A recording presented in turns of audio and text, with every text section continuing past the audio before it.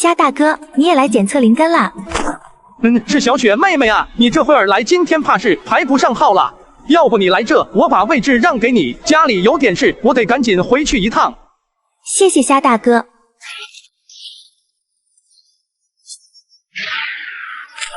少年，你已经来了3天，为什么每天一到这个时辰就走？是有什么急事吗？回禀仙人，我家里还有卧病在床的爷爷，他每隔一段时间就需要我为他翻1次身。我是怕回去晚了，爷爷难受。也罢，你要是觉得排队慢，我也可以替你检测灵根，只不过我的灵力属性杂，可能会让你产生些许疼痛感。谢谢仙人好意，但是我不想检测灵根了。怎么，你是怕疼，还是不想修仙？我听说一旦被检测出灵根，就会被仙人带回仙宗修行，几年都未必能回来一次。若是我被检测出了灵根，去了仙宗就没人照顾爷爷了。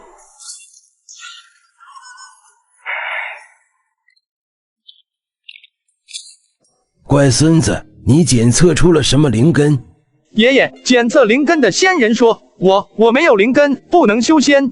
臭小子，你敢骗我！我当年捡到你的时候，就用法力探查过你的身体，虽说品级不高，但你肯定有灵根。爷爷，你怎么了？我当年也是一名修士，只可惜偷学了一门绝学，被打成了废人。为了活命，一路逃亡至此，还在乌蒙山上捡到了你，但是我伤势太重，法力流失。你告诉爷爷，为何没有检测灵根？是被人欺负了吗？我检测出灵根就会被仙宗带走，到时候谁来照顾你？清远啊，去做饭吧。好，我这就去。清远，爷爷这身病，不吃肉怕是好不了，你把那只灵秀鸡宰了吧。爷爷，吃了鸡肉，你的病就能好吗？是啊。爷爷，饭做好了，我喂你吃。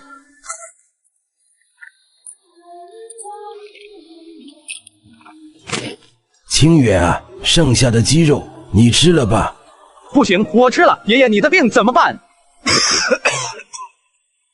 爷爷刚才骗你的，我的病根本好不了，我马上就要走了，没了那只鸡，你活不过下个寒冬。想要活下去，你只能跟着那些仙人去缥缈仙宗修炼。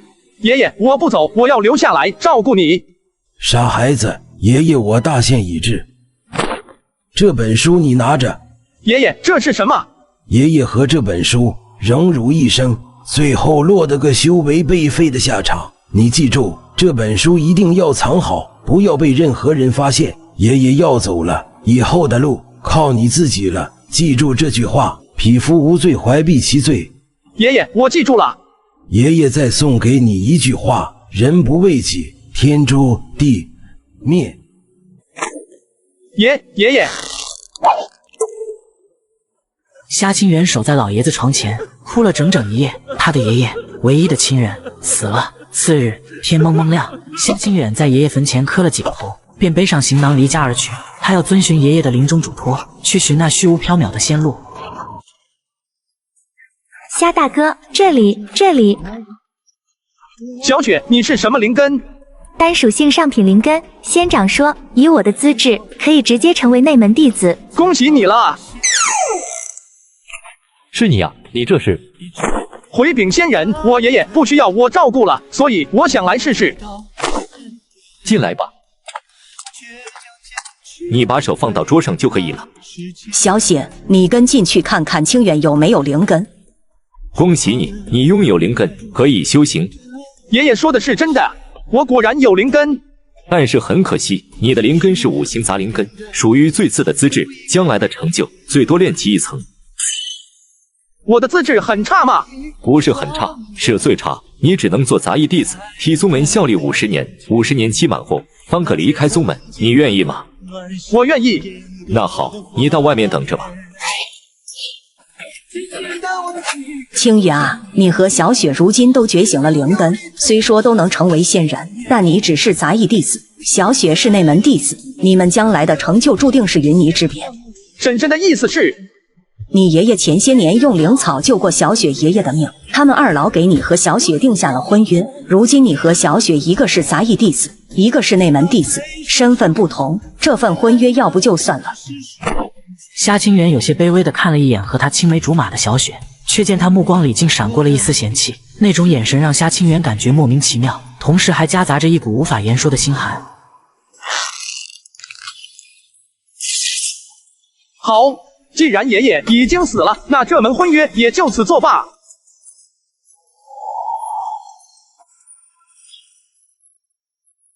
好，既然爷爷已经死了，那这门婚约也就此作罢。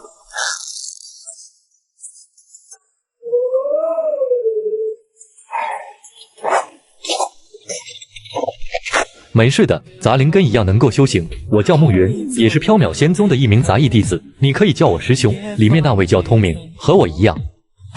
见过慕云师兄。这会应该也没人来检测灵根了，我们准备出发。上来吧，小师弟。好的，慕云师兄。却闻小船醉梦中。大家看，我们脚下的大山是数万年前大能修士以一道剑气掀起的天然屏障，翻过这座山，我们就正式踏入修仙界了。慕云师兄，那位大能为何要这样做？只要有灵气的地方，就会有仙人和妖魔，这两者若是和凡人生活在一方天地，你能想象会是什么结果吗？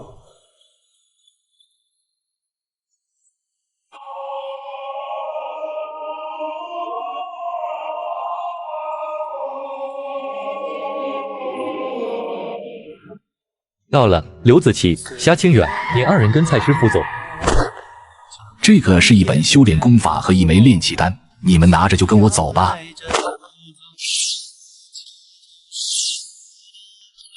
你们也是出生于凡人界的乡村，自然也知道，所谓的杂役弟子，其实就是替宗门干活的。我这里专门负责给丹麦弟子提供木柴，别人管这叫柴房。每人每天至少要砍伐100斤新柴，或者劈掉100斤的干柴。你们想做什么呀？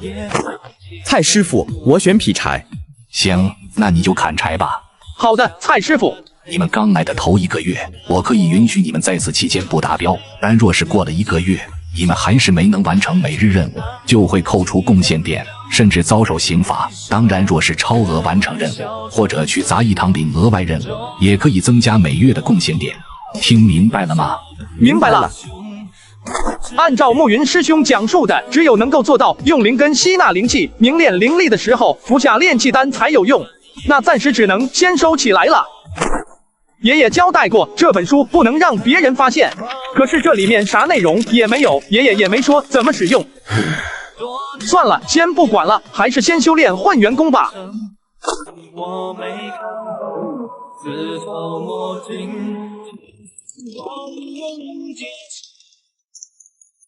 夏清远，起床了。我叫蛮贵，这几天跟着我上山，我教你砍柴。好的，蛮贵师兄。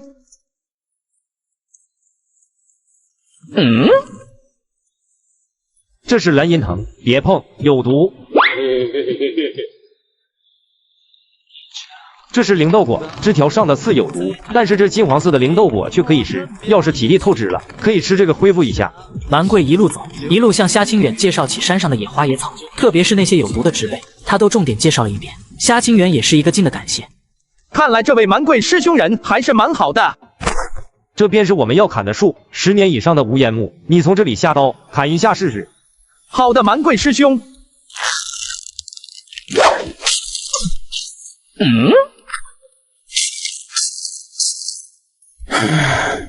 起开，起开！我来演示一遍给你看。嘿！用你的刀把树皮劈了，就这样一颗，够你2天的任务量了。照你这样，怕是永远也完成不了任务。我会努力的，等我力气再大一点，一定能做好的。不如这样，你把你那枚练习丹给我，以后你就只需要跟着我剥树皮，不需要你干重活。蛮贵师兄，没了炼气丹，我就修不成炼气境。我要是有了修为，以后砍树就不用麻烦师兄了。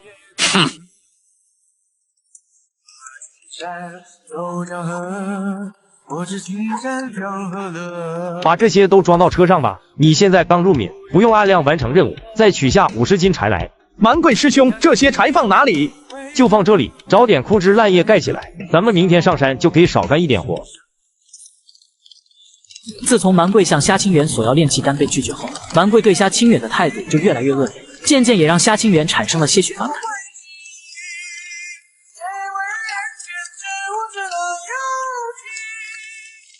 今天蛮贵师兄教了我好多种植被的辨识方法，我得赶紧记下来。他赶忙取来笔墨，却找不到纸张，于是拿起了爷爷珍藏的那本无字天书。蓝银藤，蓝银藤，下品毒草，表皮有剧毒，能使皮肤溃烂麻痹，生长速度100年进一段。解毒方法：元龙草捣碎外敷即可解毒。修为鉴别方法：表皮蓝色为初始毒草，表皮出现银色纹理，代表年龄超过1000年；修为达到凡阶，表皮出现金色纹理，代表年龄超过10000年；修为达到灵阶。虾人只是在无字天书上写下几个字，竟没想这本书居然和百度一样，出现了详细的讲解。灵豆果，下品荆棘类灵植，倒刺有剧毒，果实无毒，可食用。生长速度100年进一段。解毒方法：灵力炼化，或服用翠竹草可解。这果然是一件宝贝啊！难怪爷爷说不能让任何人知道。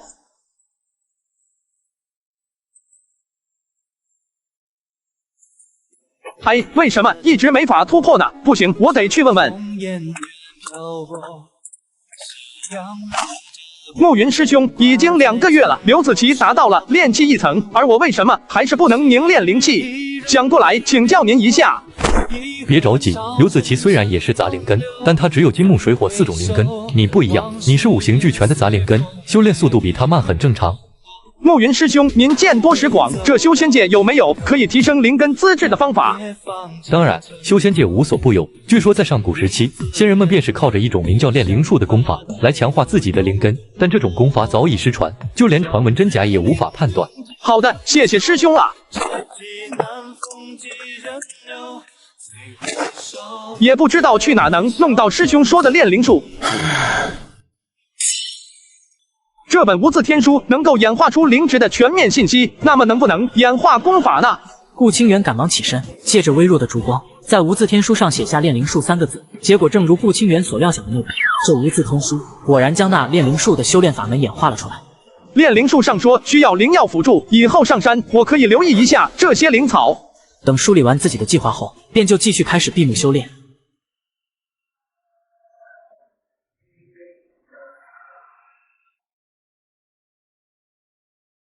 时间一晃，又是1个月的时间过去。经过这段时间的灵气滋养，顾清远身上那资质极差的5行灵根终于是能够与意识相连。淬炼了这么久，虽然说同样的境界，但我的肉身却会更强一点。这就是爷爷说的天道不仁嘛。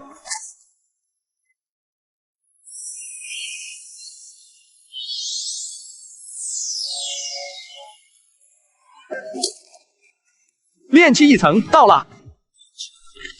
第2天一早，顾清远没有等蛮贵，独自一人提着砍柴刀就上山了。如今他也成为了修士，就不需要蛮贵的帮助。先试试我现在的力量。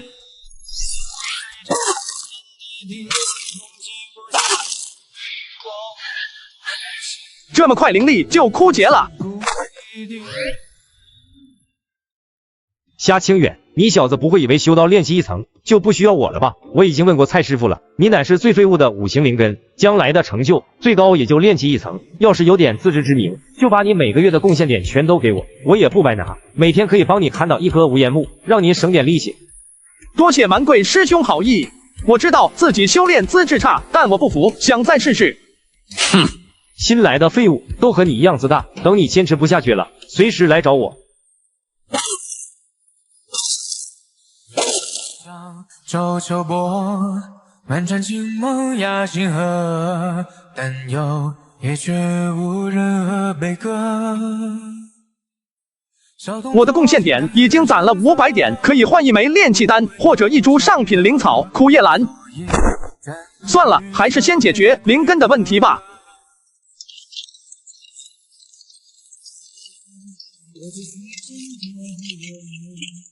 你已经突破炼气1层了。好久不见，暮云师兄、通明师兄。我想用我的贡献点兑换一株上品灵草苦叶兰。好的，小师弟，跟我走吧，我带你去。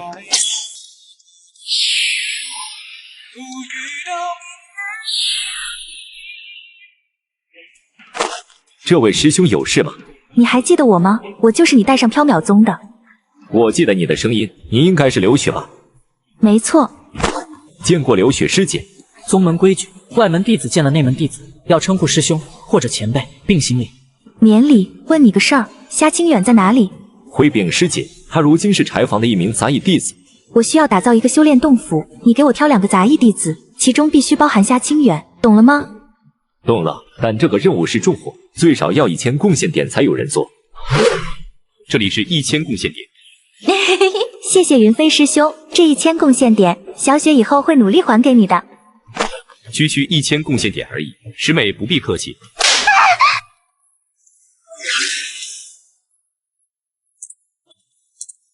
夏清远，你来一下。怎么了，通明师兄？有人点名让你去做事，为期1个月，1人500贡献点。这段时间你的砍柴任务就免了，回去收拾一下，明天到这里集合。好的，师兄，我知道了。对了，记得叫上你们柴房的刘子琪。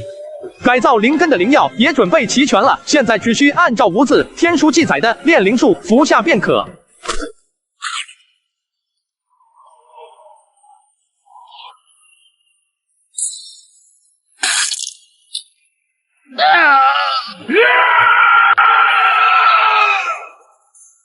果然成了，现在的修炼速度是之前的2倍了。想要把每个灵根属性全体提升，看来需要更多的灵药了。刘雪师姐，人我带来了。行，你可以走了。小雪，小雪是你叫的吗？小雪是你叫的吗？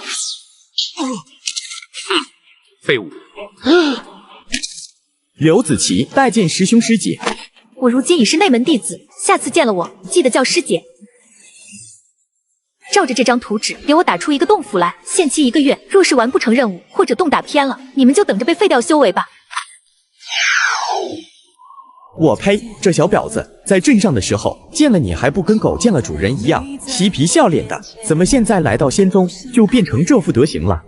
我一个5行杂灵根，曾经是他的未婚夫，以他的性格，现在拥有了上品灵根，成为内门弟子，肯定会嫌弃甚至厌恶我的。算了，干活吧。我不怕谁嘲笑我极端，相信自己的直觉，顽固的人不喊累，爱上你我不撤退。等太阳落山，刘雪再次来到山崖下，却见那山崖已经被凿出了一个大洞，而夏清远和刘子琪则是体力透支，躺在山洞里睡大觉。谁让你们睡里面的？参见刘师姐，我们今天的进度已经完成了，灵力也耗尽了，所以打算休息1晚，明天再继续。这是本仙子将来修炼的洞府，你们这种下等人也配待在里面睡觉？赶紧给我滚出来！好，我们这就走。再让我看见你们在里面睡觉，我让云飞师兄把你们打成废人！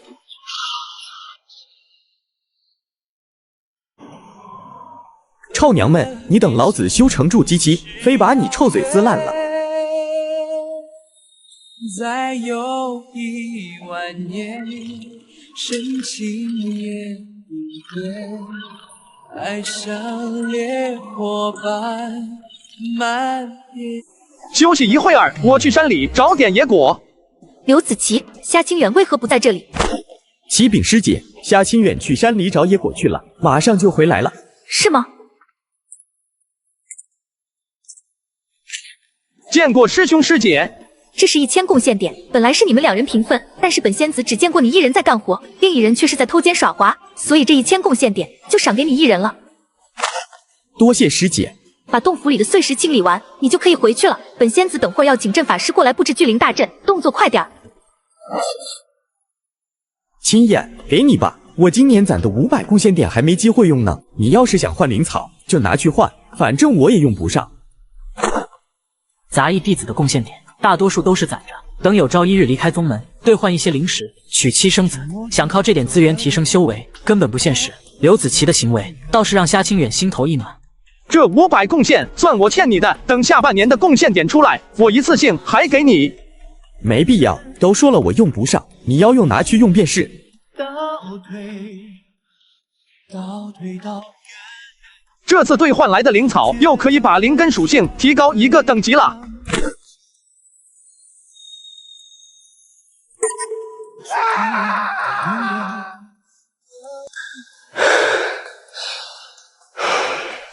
照这种进度，我只需要再练07次，灵根资质就要强过传说中等级最高的天灵根，修为也达到了炼气2层了，要想办法弄更多的贡献点了。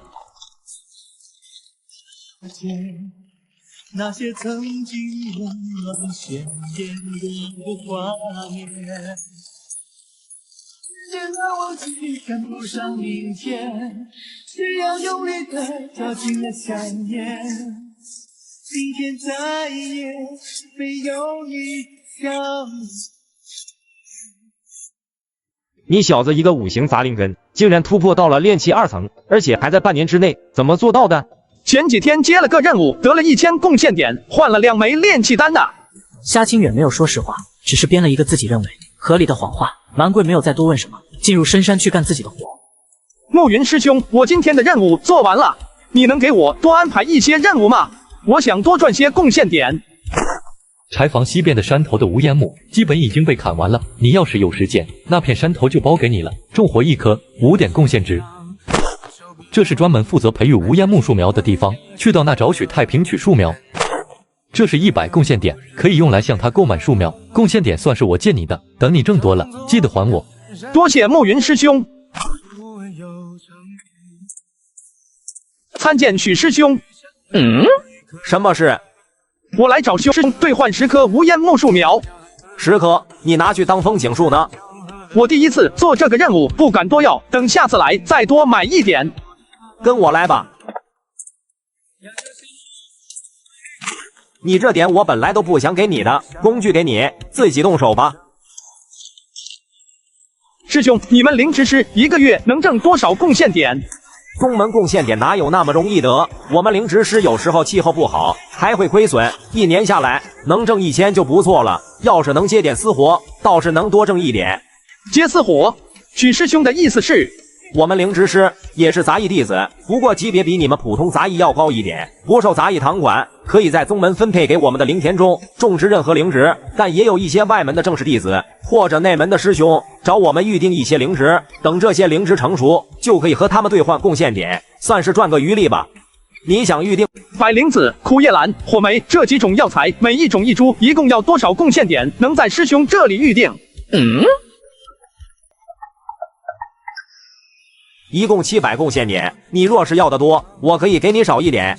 许太平目光灼灼，就等着夏清远还价呢。但夏清远一听，非但没有还价，还觉得这价格很公道。他在藏宝阁要花整整1000贡献点才能兑换1份炼灵树药补的灵药。我一共要7份，你觉得多少贡献点合适？4000贡献这活我接了。如果到时候我凑不够贡献点，师兄本吗？没事，你到时候要是凑不齐贡献点，可以继续按700份的价格卖给你，剩下的我让宗门回收。许太平的回答打消了夏清远的疑虑，二人就此达成协定。完事后，夏清远用独轮车拉着10棵无烟木的树苗上了山。刘子琪，你和夏清远上次外出做任务挣了多少贡献点？嘿嘿，蛮大哥，我和夏清远一共挣了1000贡献点，我用不上，都给他了。你小子这么好心，你咋不给我？你给我的话，今年的活我都能给你包了。你也没说啊。夏清远那个5行废灵根拿了你的贡献，去买了2枚炼气丹，如今人家都已经突破到炼气2层了。蛮大哥，清远他兑换的是灵草，不是炼气丹。你什么意思？清远他拿着1000贡献点兑换了一些灵草，我亲眼看见了。这小子区区一个5行废灵根，即便是用炼气丹辅助，也不可能那么轻易就突破到炼气2层。不对劲。耗子，活干完了没？耗子是刘子琪的绰号，镇上的人从小喊到大，而刘子琪却并没有回答他，而是用手指了指夏清远的房间。夏清远顺着他手指的方向看去，却见自己的房间门大开着，里面还时不时发出一阵阵声响。你去哪？我接了一个种树的活，现在得去西山浇水。那蛮贵为什么进我房间？他先是问我贡献点的事，然后我们又扯到你购买灵草的事，不知为何，他就突然冲进了你的房间。这下完了，到底怎么了，青燕？我骗他说我用贡献点买了2枚炼气丹，才突破到了炼气2层，但以我的灵根资质，不可能修炼到炼气2层。他现在应该是怀疑我得到了什么机缘。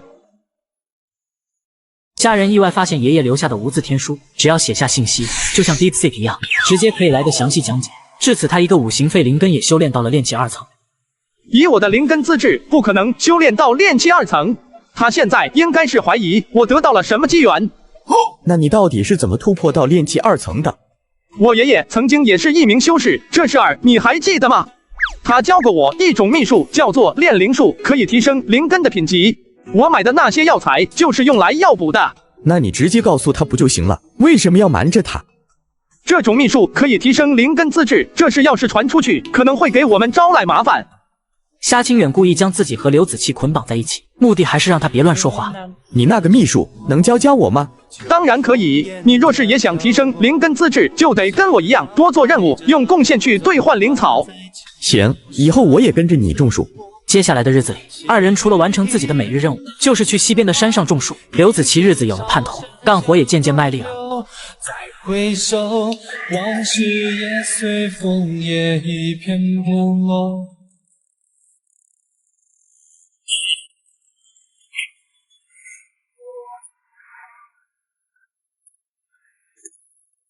蛮贵师兄有事。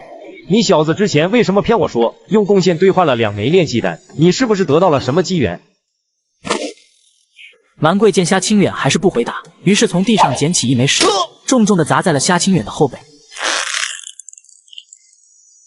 行，你小子有种，不说是吧？蛮贵骂骂咧咧地走了。本以为这件事就这样算了，没想到等夏清远完成任务，前往西山种树时，却是发现西山上辛苦种上去的树苗，全部被人用柴刀砍掉了，大概有100棵。单算成本的话，损失200贡献点。哪个杀千刀的？家里人死绝了吗？奶奶的，别让小爷知道你，否则非扒了你的皮不可。记住这句话：匹夫无罪，怀璧其罪。爷爷，我记住了。爷爷再送给你一句话：人不为己，天诛地灭。既然你咄咄逼人，就不要怪我心狠。耗子，把你那500贡献点给我。你要它干嘛？继续买树苗吗？给我。刘子琪见夏清远双眼里充斥着血色，都不敢大声和他说话，于是从怀中取出了那份珍藏已久的500贡献。拿到贡献点的夏清远一路狂奔，冲到了藏宝阁，用500贡献点兑换了1枚炼气丹。晚上，夏清远来到房间，将那枚炼气丹吞下，借着药力开始冲击炼气3层。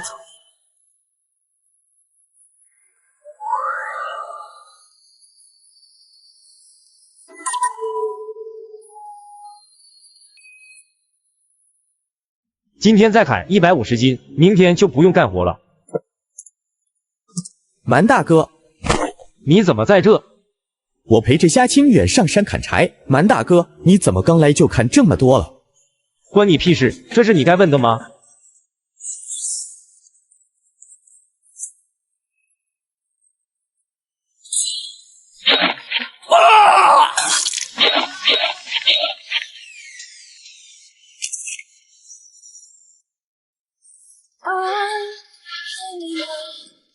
天地间风雨不能变，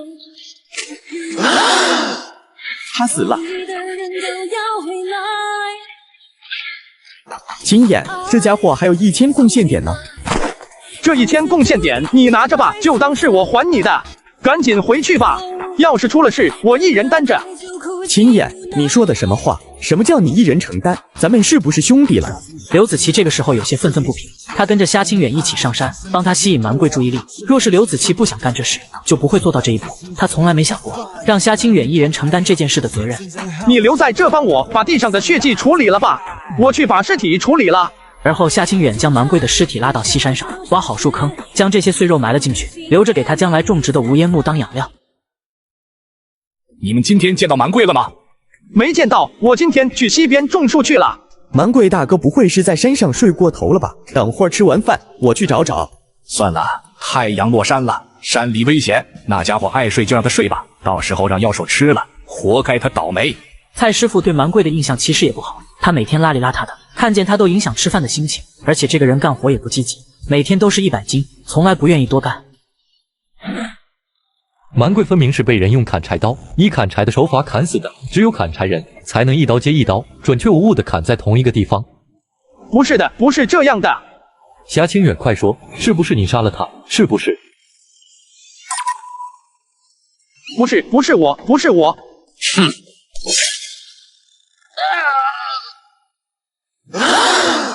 原来是做梦了，算了，还是修炼吧。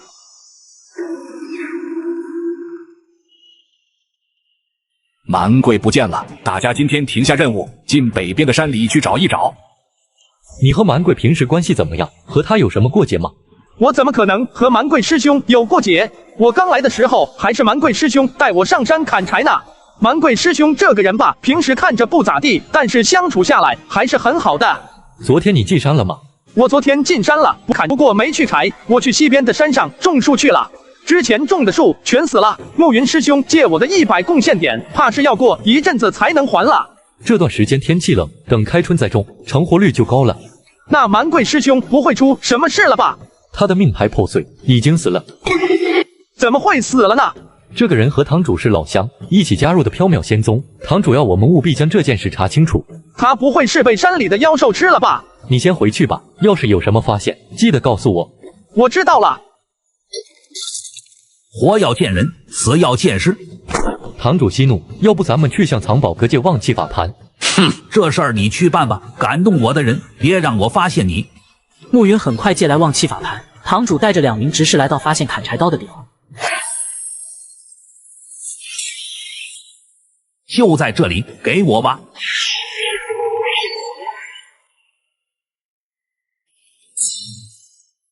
这片山头是谁负责种植的？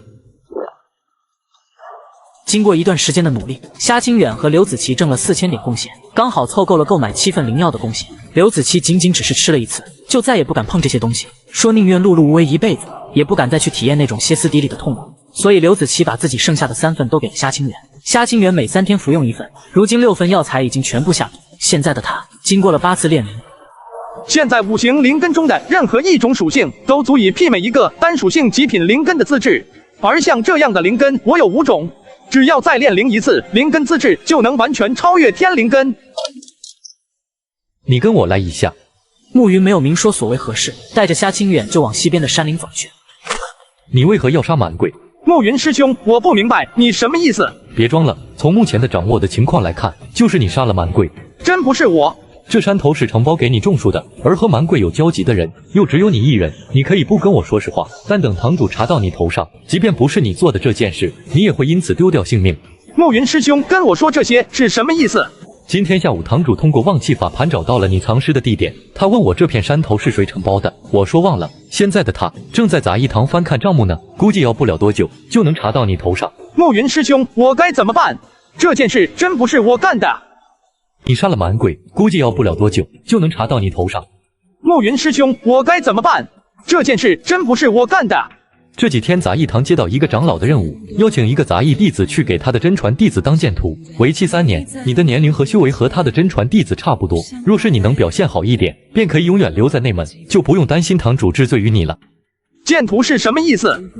剑徒就是专门给别人陪练剑法的人肉沙包，稍有不慎就会被别人一剑刺死。你愿意去吗？我愿意。这是调令，持此物可以前往内门问先锋，找天意长老。接过调令的夏清远没有说话，他深深地向暮云行了一礼。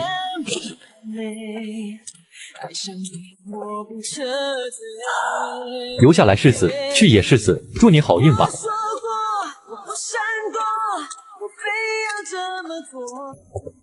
你来的正好，赶紧去柴房，把这个叫夏清远的杂役给我绑来。夏清远啊，昨日天意长老邀请一个剑徒，我让他去了。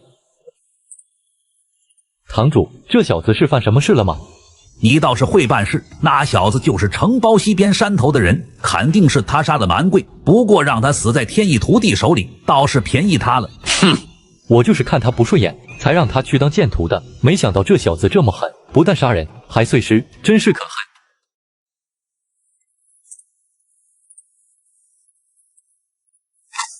这里就是万仙峰了，这里的灵气果然高出好几倍。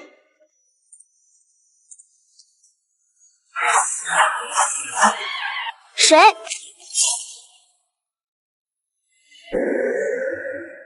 我是新来的剑徒虾清远，请问天意长老在吗？天意长老是我师尊，他请你做剑徒，是为了陪我练剑。拿着，你剑法怎么样？我不会使剑。师尊，你找的剑徒不行，他连剑都不会使，怎么陪我练剑嘛？不妨，你可以教教他。少年，你陪我这徒儿好好学一学，能学到多少都算你自己的。我叫夏冬，上品灵根，修为炼气3层。你呢？嘉清远，五行杂灵根，修为炼气4层前期。你今年多少岁？12岁。少年，五行杂灵根怎么可能在你这个年纪修炼到炼气4层？我用的丹药比较多。你修为比我高，以后可得让着我点儿。呵呵，登儿，你可是上品灵根，修炼速度比他快了几百倍，还用他一个五行杂灵根让你吗？那我先教你一套基础剑法，寒霜剑。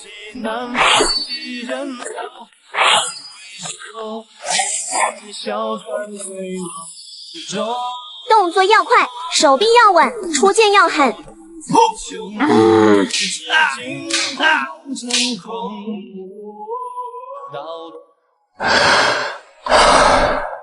照这样下去，有一天迟早得被夏冬用鞭子打死不可。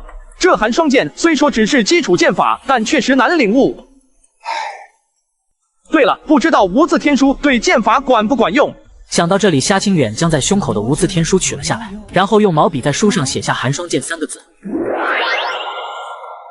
寒霜剑，下品剑法，需领悟寒雪剑意，方能将此剑法发挥极致。一段段文字浮现而出，无字天书此刻就像是一本寒霜剑的剑谱，无论是心法还是剑招，全都用图文描绘了出来。闭上眼睛可以清晰的看到识海之中那正在演练剑法的人影。这种寒意是一种意志，一种可以令人胆寒的意志。随着那人影在识海中无休无止的演练剑法，夏清远终于是有了一丝丝领悟。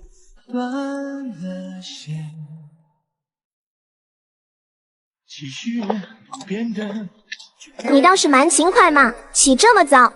师姐，你昨天教我的剑法，我已经领悟了。是吗？那你演练一遍让我看看。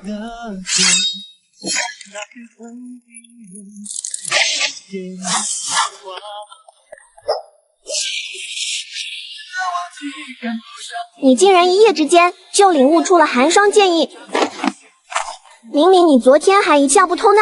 我晚上回去又在脑子里练了一夜，最后就把它弄懂了。来，你跟我过几招。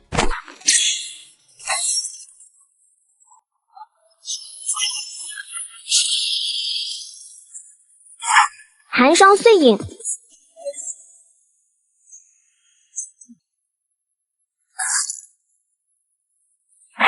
寒霜剑第4式冰霜碎穿。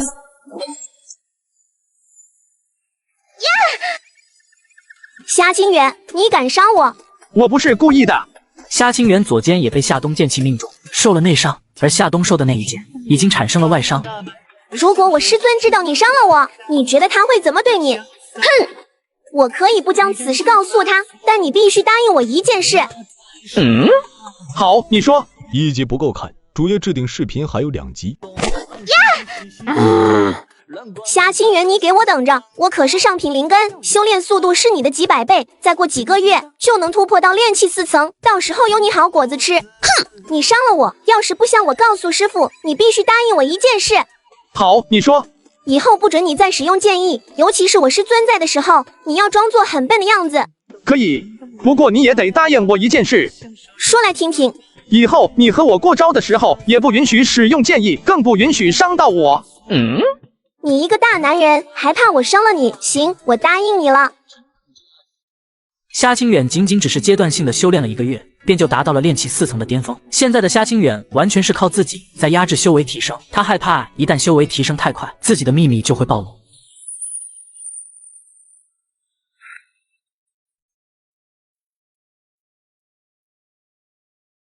夏清远出来练剑了。今天教你中平剑法水寒剑，看仔细了。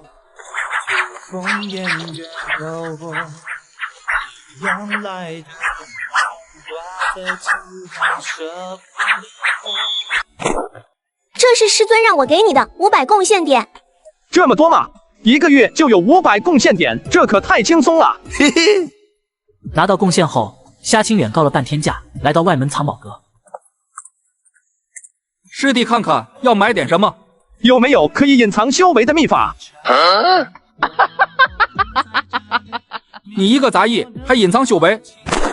演气诀下品秘法400贡献。乾坤袋要多少贡献？下品灵气级别500贡献，有1放空剑；中品灵气级别1000贡献，有10放空剑。你要哪一种？来一个下品的吧。回到住处后，夏清远将无字天书拿了出来，然后用乾坤袋装了进去，最后取来纸笔。夏清远先是写下了演气诀3个字，然后又写下了水寒剑。通过无字天书演化出的内容，很快就将秘法和剑法完全掌握。有了演气诀，自己以后就可以放心修炼突破，不用担心被别人怀疑了。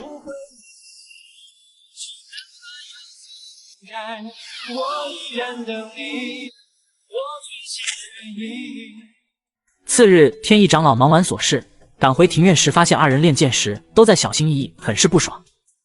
冬儿，再过2个月就是你和通玄长老真传弟子切磋的日子了，再这么练下去，你怎么可能打得过人家？到时候为师这张老脸，怕是要被你丢光了。知道了，师尊。这是下品灵气级别的护体钢衣，可以抗伤。我要使用剑意了，但我保证尽量不伤到你。夏清远明白夏冬的难处，他也不敢轻易将自己的剑道天赋暴露给天意长老，指不定是福是祸，所以只能在不使用剑意的情况下和夏冬过招。结果就是1天下来，浑身都是暗伤。夏清远，是我。你来做什么？这是灵火断体诀，可以提升肉身强度。这门炼体术你好好修炼，以后就不容易受内伤了。这可是上品秘术，千万不要让我师尊知道。我知道了。夏清远收下了那本秘术，等夏冬走了，他便就修炼起来。随着秘法运转起来，浑身如同扎满了针一般刺痛，小至每一个毛孔、每一滴血都在被灵力磨练着，仿佛一把火在体内间断燃烧，烧坏了体肤便会停下来，用灵力修复好。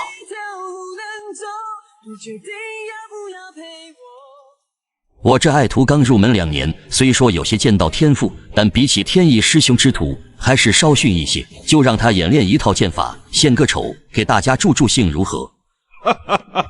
我等拭目以待。去吧，小雪。是，师尊。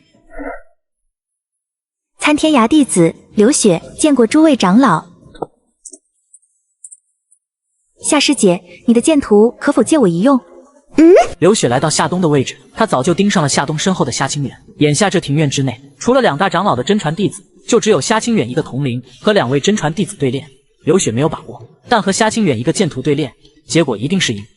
你确定要和他对练吗？怎么，夏师姐若是不愿意，那师妹就要斗胆向夏师姐讨教了。想挑战我家剑主，要过了我这剑图才行。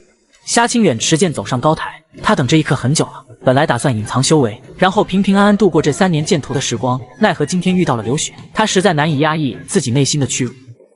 夏清远，我下手会很重，死在我手上的剑图已经有10个了，今天你就是第11个。我下手也重，你最好穿上这件护体钢衣。你竟敢羞辱我，找死！哼，小雪，不要留手。看台上参天涯的云山长老听见夏清远的话后，非常气愤，他很难想象一个杂役弟子为何会有这样的底气。废物，找死！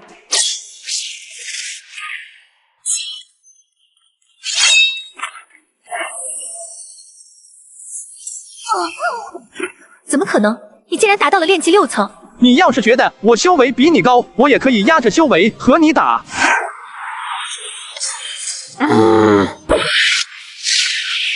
寒霜剑，双灵出战。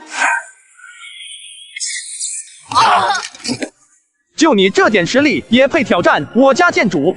回去再练几十年吧。下品寒霜剑能碾压上品青光剑，师兄，你这问先锋可真是卧虎藏龙啊！小小的杂役弟子也这么强？师尊，他明明只是一个五行杂灵根，为何会这么强？你说什么？他是五行杂灵根？没错，他和我曾经是一个镇上的凡人，他被检测出五行杂灵根，成为了宗门杂役。少年，可否让我检测一下你的灵根资质？云山长老，是你自己要让你这爱徒上台的，怎么现在输了不服气？天意师兄误会了，我只是想干什么？你想对这位剑徒出手，以为我看不出来？哼！冬儿，该你上场了。是，师尊。师妹，等会儿让着我点儿，别让我输得太难看。肖战是通玄长老的真传弟子，14岁，修为炼气4层，中品灵根。最终经过长时间鏖战后，是夏冬凭借更加精湛的剑道手赢得了这一。原来你一直隐藏修为，难怪我一直打不过你。你误会我了，我一直都在压着修为和你对练，同境界你依然不是我的对手。哼！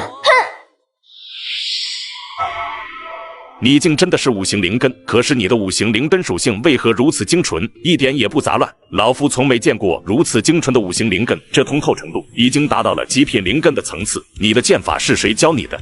夏冬师姐，她教我的。你领悟寒霜剑意用了多久？1天。冬儿，进来。他说的可是事实？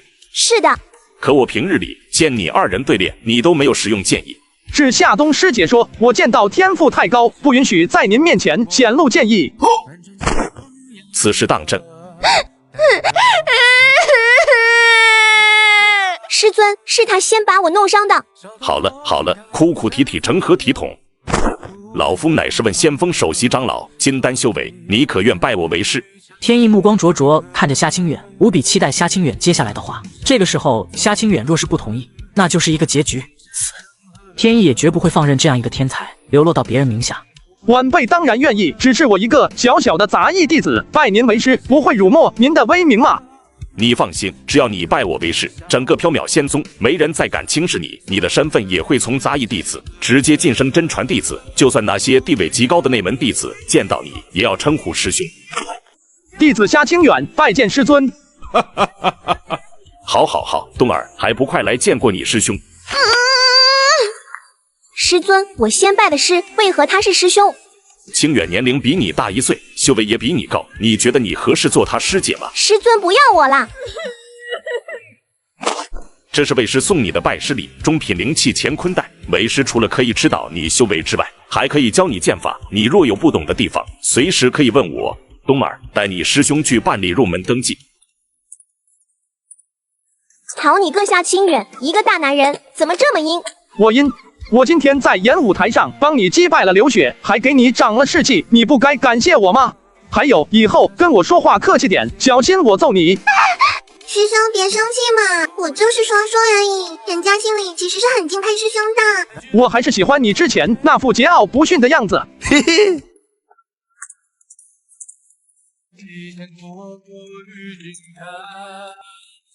晚上回到房间里，夏清远打开了天意长老送给自己的拜师礼，里面有888枚灵石、1柄上品灵器流光剑，还有1本上品剑诀缥缈万千剑，以及夏清远最眼馋的东西足足10枚炼气丹。他取出无字天书，在第一页写下了缥缈万千剑，盯着书中演化出的虚影参悟了起来。一夜时间，算是将这上品剑诀缥缈万千剑参悟了1成。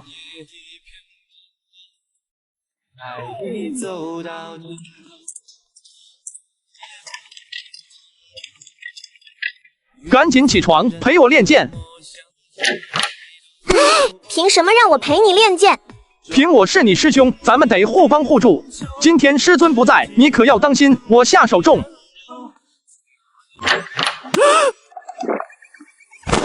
赶紧换上衣服陪我练剑。凭什么让我陪你练剑？凭我是你师兄，你不听话，我就可以教训你。知道了，师兄。嘿嘿。夏清远领悟了缥缈万千剑的皮毛后，剑法更上一层，即便是压着修为和夏冬对峙，也能轻易在剑招上取得优势。师师兄，你欺负我！不好意思啊，师妹，我刚领悟的缥缈万千剑没控制好力度，你等着我，我这就去给你买些疗伤药。这位师兄，我一个师妹在和我练剑时，不小心被剑气伤了肺腑。前辈严重了，小的可当不起您叫师兄，您叫我小王就好。下品回生丹可以治疗一般的剑气内伤，价格是3枚下品灵石。百灵子、火梅、枯叶兰、鲜心果这些灵草都给我来1份，加上回生丹，一共是8枚灵石。您稍等，我这就给你取来。 5枚灵石就相当于1000贡献点，那我剩下的800枚灵石岂不是花不完了？这下终于是准备好所有的灵药了，灵根属性也可以达到天灵根级别。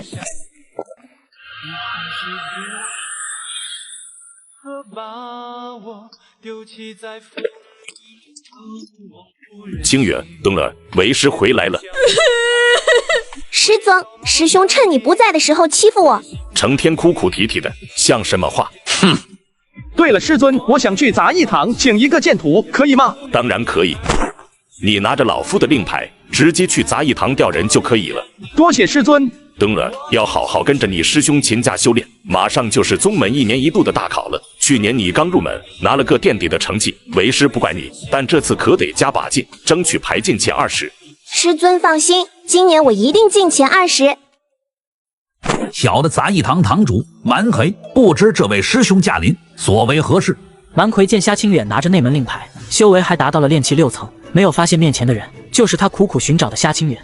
柴房的刘子琪，我要调他做我的剑徒。师兄稍等，小的这就去把人给你带来。谁是刘子琪？刘子琪拜见堂主大人。内门问先锋的前辈点你去做剑徒，收拾收拾东西，跟我走吧。堂主大人，我犯什么错吗？为何要让我去？你没犯错，是那位前辈点名道姓，要你去。堂主大人，小的一向勤勤恳恳，从未懈怠任务，您为何要让我去送死啊？别废话，赶紧收拾东西，跟我走。堂主大人，您饶了我吧，我不想去送死啊。哼，我有耐心等你，那位前辈可没有。若是惹他不快，你可能今天就得死。内门的人，咱可惹不起，你还是乖乖去吧，好处肯定少不了你的。蔡师傅，你帮帮我，我不想去送死啊。夏清远走后，就是我干活最勤快了，您快帮我向堂主求情吧。哼，废话真多。啊！救命啊！师兄，人给您带来了。前辈，您饶了我吧，小的甘愿给您做牛做马，只要您不让我当剑徒，干什么都行。耗子，男子汉大丈夫，流血不流泪。夏清远，你怎么？你还活着？我本来被暮云师兄安排去给一个真传弟子当剑徒，后来那个真传弟子的师尊看中了我的修炼资质，于是将我也收为了真传弟子。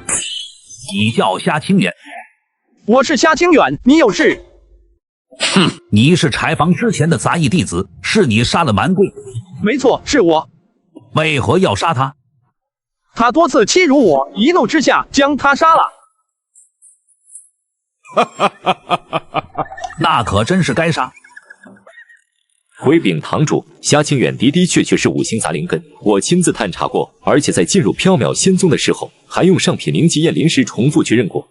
哼，蛮贵这个人心眼子不坏，但有一点就是见不得别人好。他说蛮贵当初欺辱了他，那说明他身上一定有什么了不得的机缘。拜见老祖。说吧，杂役堂有个少年，靠5行杂灵根修炼到了炼气6层，如今12岁。你说的可是一个叫夏清远的少年？长老，您也认识此子吗？哼，就是这小子，前些日子在问先锋宴会上打伤了我的爱徒。这厮1年前将我麾下一位族人蛮贵杀害，并且碎尸掩埋，晚辈也是花了好大力气才查到真相。5行杂灵根，炼气6层，那身上一定有大机缘。等老夫抽个空把他绑来，搜个狠，便知道了。何必你我亲自动手？再过3个月就是秋闱试炼，我儿云飞自会出手。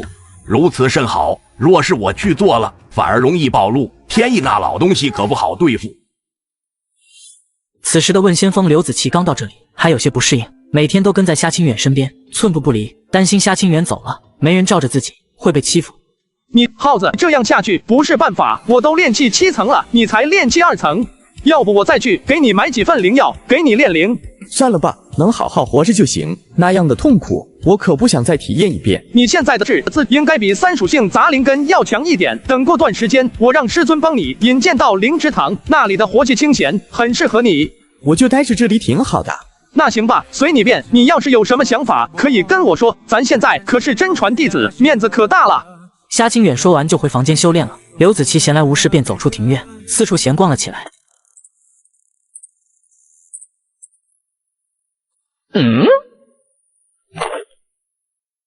别碰它，有毒。男子只要碰上眼前的花，就会毒发身亡，幸好被人及时叫住。别碰它，有毒。扣心兰表面的粘液会让你皮肤溃烂的。多谢师姐，你叫什么名字？我叫灵秀，是外门弟子。这里是你的洞府吗？温先锋属于内门界域，我一个外门弟子，本不属于这里。那师姐为何会在这里？这洞府是你朋友的吗？我和你一样，都是迫不得已才会来到这里。迫不得已？你的意思是你被人胁迫了？38。我兄弟是首席长老的真传弟子，你等着我让他来救你。哎，你误会了，我其实是肖战师兄的炉鼎，你犯不着为我得罪他。亲眼帮兄弟个忙。听到刘子琪的声音，夏清远结束修炼，然后听刘子琪讲述着自己刚才的经历。我觉得那个灵秀是甘愿做什么炉鼎的，若是真的受制于人，也没人拦着不让他离开。我不信，亲眼，这次你一定要帮我去看看。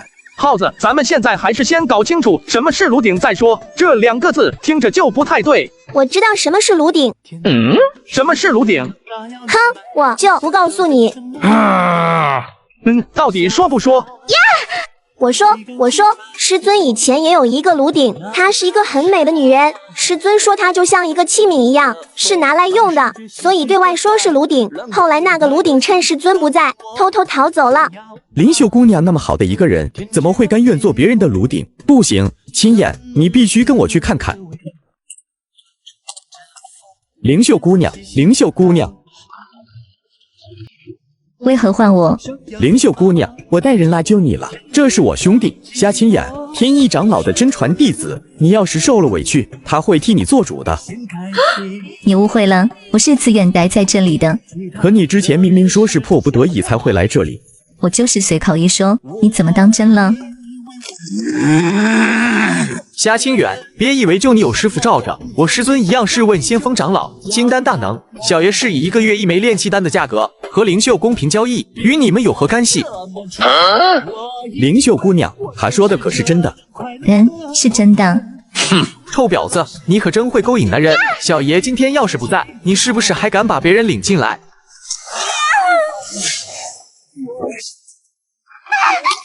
奴家知错了，以后不敢了。少爷饶过奴家吧。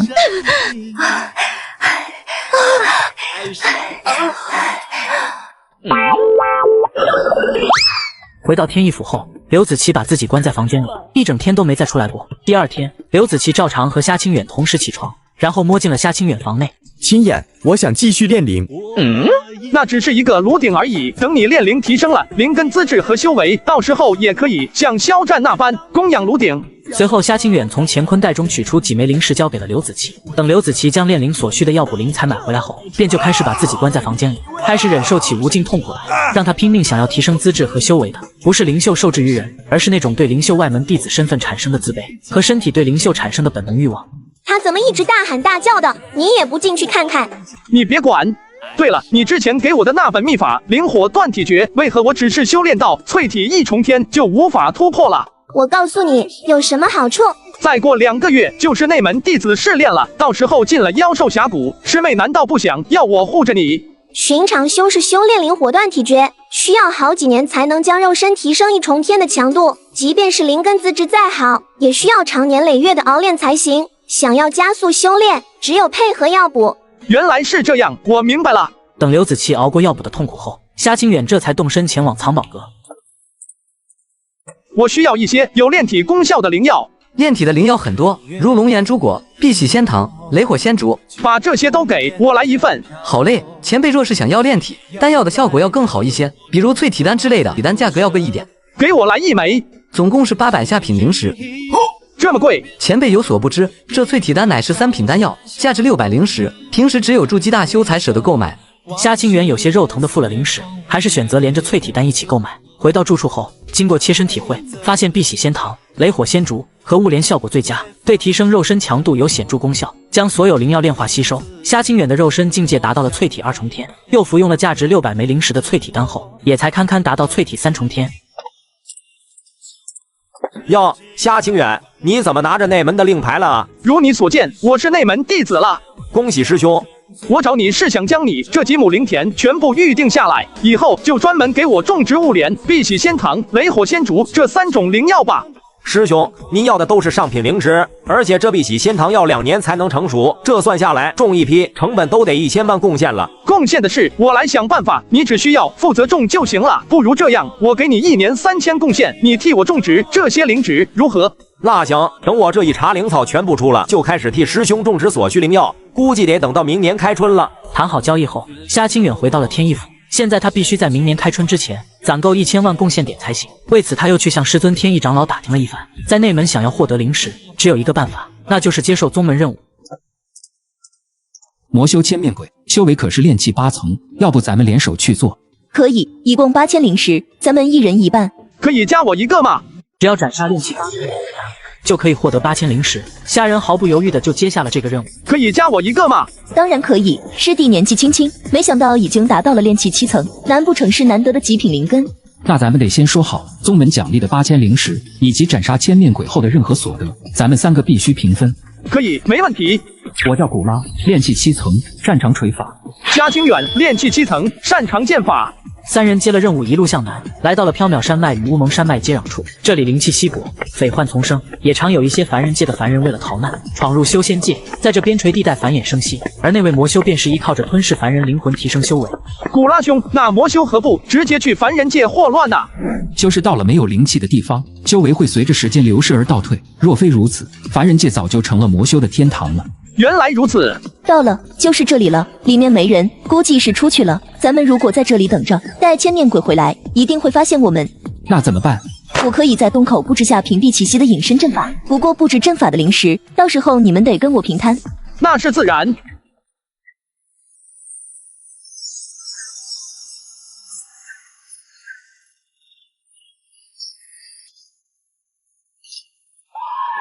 这都等了1天了，情报不会有误吧？来了。别冲动，等他进了洞府，咱们再上。既然这样，让我找个控制类法术，让他跑都跑不掉。哎，你换新手机了？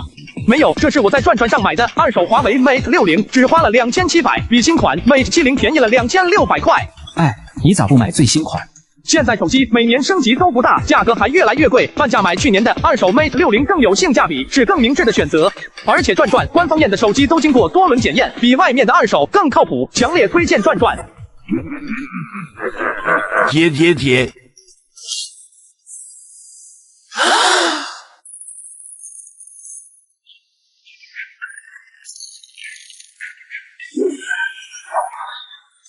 不好，快动手！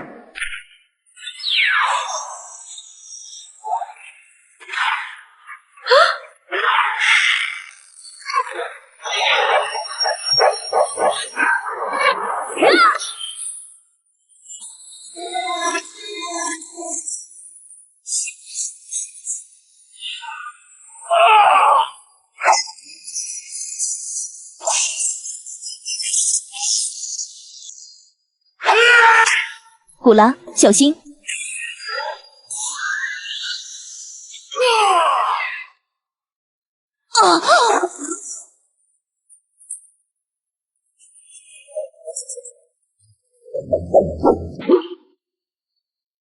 受死吧！再拖下去，我们明明就要被阵法榨干了。缥缈万千剑落尘。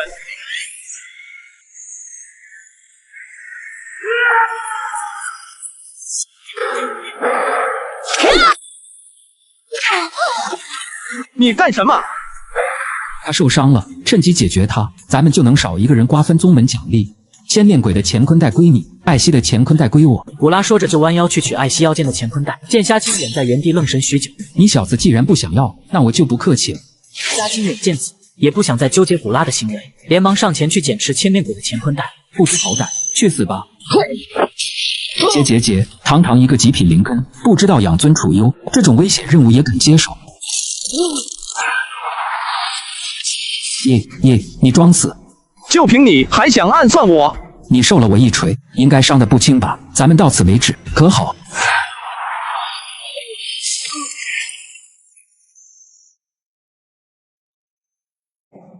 上品灵气战锤，上品弓弩，2000枚灵石，还有一本迷踪魔影，这次收获还真不少。回到天翼府，顾清源打开无字天书，将千面鬼所手记的200多种阵法一一写入无字天书中试验，结果就是阵法的布置方式，包括所需的灵材，全都被无字天书详尽的演化出来。眼下还是得在春种之前凑够5万枚灵石。这次若非自己肉身强悍，估计就被他一锤砸死了。不行，以后不能再这么冒险了。手里还有这么多阵法，倒是可以去售卖，赚取灵石。师兄，您这里有些什么阵法？阵法都在这里，你可以看一下。我想买天机阵、演气阵、传送阵的阵图，一共多少灵石？200灵石，阵图详尽。这么便宜，这3种阵法在藏宝阁可是要300枚灵石才能买到。师兄，您这价格太公道了，我这就回去帮你宣传。我们阵法一脉的同门，要是知道您这里这么便宜，一定会来您这里购买的。七杀阵给我来一份。我要护身阵。大家排好队，等我慢慢抄录。不错，一天下来足足收入了6000枚灵石，加上这2个月灵星所得，一共8000灵石，还差32000枚灵石。清远，明天的秋闱大考，为师要拜托你照顾好冬儿。师尊放心，我会照顾好他的。这是上品灵宝，日炎圣盾，你且收好。除了照顾冬儿之外，你也要照顾好自己，关键时刻先保命最重要。只要能活下来，就还有机会。为师不在乎什么排名，只求你2人能够平平安安的。是，师尊。师尊真偏心，就给你一个人准备了防御灵宝。你入门2年，师尊给过你的东西应该不少吧？哼！本次试炼是在峡谷外围有一座巨型法阵，将峡谷之内的妖兽围拢其中。峡谷里面是专门豢养成长速度极快的幽冥狼，斩杀幽冥狼最多者可获第1名。我宣布，秋闱大考正式开始。他就是一个大废物，身怀妖外挂，可以描写修仙界任何功法，却被一个炼气9层的恐怖大能追杀。夏清远，原来你在这。夏清远，我听说你是5行杂灵根，却修炼到了炼气6层，你过来让我帮你重新勘验勘验。放心，小雪虽是我的道侣，但只要你乖乖交出身上的机缘，我可以考虑放你一条生路。原来是以为我身上有机缘，想跑？给我追！那家伙区炼气6层，怎么跑这么快？算了吧，人家有大机缘，就算被我们捉到了，机缘最后也落不到我们头上。前面有个山洞，咱们还是进去看看，多猎杀一些妖兽吧，冲排名。当他们踏入洞口演气阵时，便看到了一个手持灵剑的少年，正持剑挥砍，二人躲闪不及，当场被强大剑气给两大。夏清远搜刮了他们身上的宝物，然后将2人尸体扔到了阵法之外，等待着下一个上钩的参天崖弟子。2天时间下来，山洞外参天崖弟子的尸体已经堆成了小山丘，吸引不少的幽冥狼前来猎食。夏清远就跟钓鱼一样，一边钓参天崖弟子，一边还能诱捕幽冥狼。300枚黄阶晶核应该能排到前列了吧？师兄，派出去搜捕夏清远的师弟，一个都没回来，他们会不会？区区一个炼气6层，还能翻出什么浪花来？这些弟子失恋，手段太狗了。咱们还是先解决排名的事情吧。师兄，小心！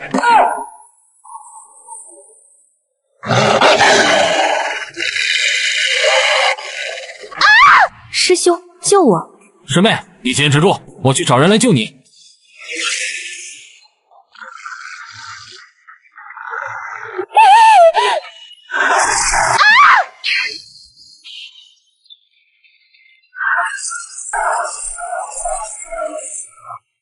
咱们真不管小雪师妹了吗？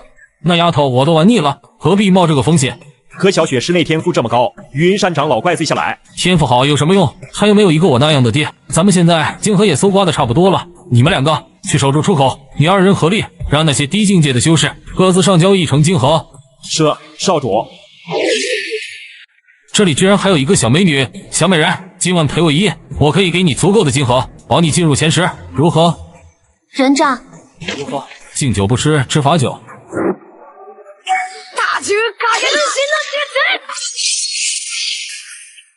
你竟然领悟了完整的缥缈万千剑。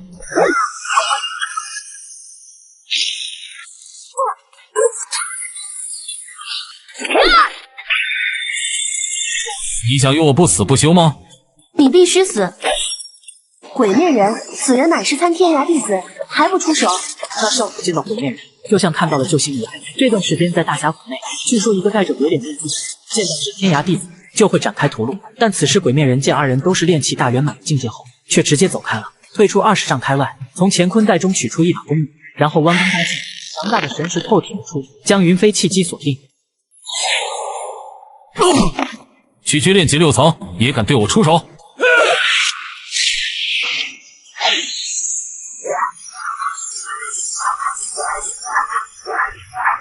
炼气大圆满，果然很强。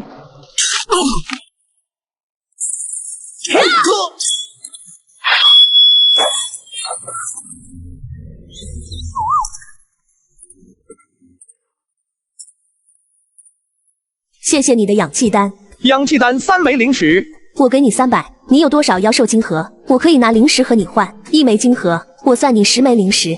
这个价格，我手上的金盒就值3000枚灵石，你当我傻吗？等我拿了魁首，筑基丹可以给你1枚筑基丹加3000枚灵石，这个价格够了吧？你就这么在意魁首之名？试炼魁首可以获得进入太初福地修炼1年的机会。那太初福地有何稀奇之处，值得你用3000枚灵石来换？在那里修炼3年，外界才过去1年。我懂了，你想凭此突破筑基？不是的，我想逃。我是缥缈峰弟子晨曦，极品灵根，被缥缈峰2长老看中，想收为真传弟子，可首席长老却横加阻拦，还要强迫我和他的一位子孙结成道侣。他们2人争执不下，最后逼我做出选择。我选了2长老，可首席长老不愿善罢甘休，威胁我说不嫁给他孙子，就不会让我活过今年。你想跑，为何要进太初福地？太初福地是上古仙门留下的秘境，如今被缥缈仙宗占据。在太初福地之内，除了拥有快于外界3倍的时间流速之外，还有着连通仙界各处的古老传送法阵，瞬息之间就能传送到万里之外。3000灵石换这些不够，而且宗门弟子都被收取过本命精血，你一旦逃了，就不怕宗门通过命牌将你灭杀？我在一次宗门任务中意外得到了一本秘法碧血功，重塑契机，让宗门的本命精血咒术对自己失效。3000灵石是我的全部身家，你如果不愿意，我也没办法。不如这样，你帮我杀2个人，事成之后，我可以把金盒让给你。可以。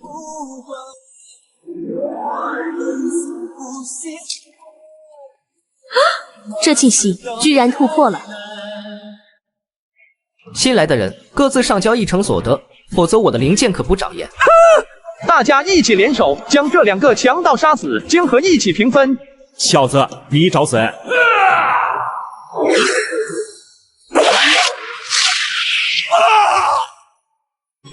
！400金盒，没想到他们居然有这么多。整个峡谷也就2000头黄阶幽冥狼，把这些给我，足够我争夺魁首了。金盒给了你，我的筑基丹怎么办？我若食言，你自可向缥缈峰首席长老告发。那行吧，给你。峡谷阵法出口外，一群长老已在此等候多时。算算时间，试炼也该结束了。云山长老，您那儿子云飞今年估计还是魁首，这次可得好好操办一次。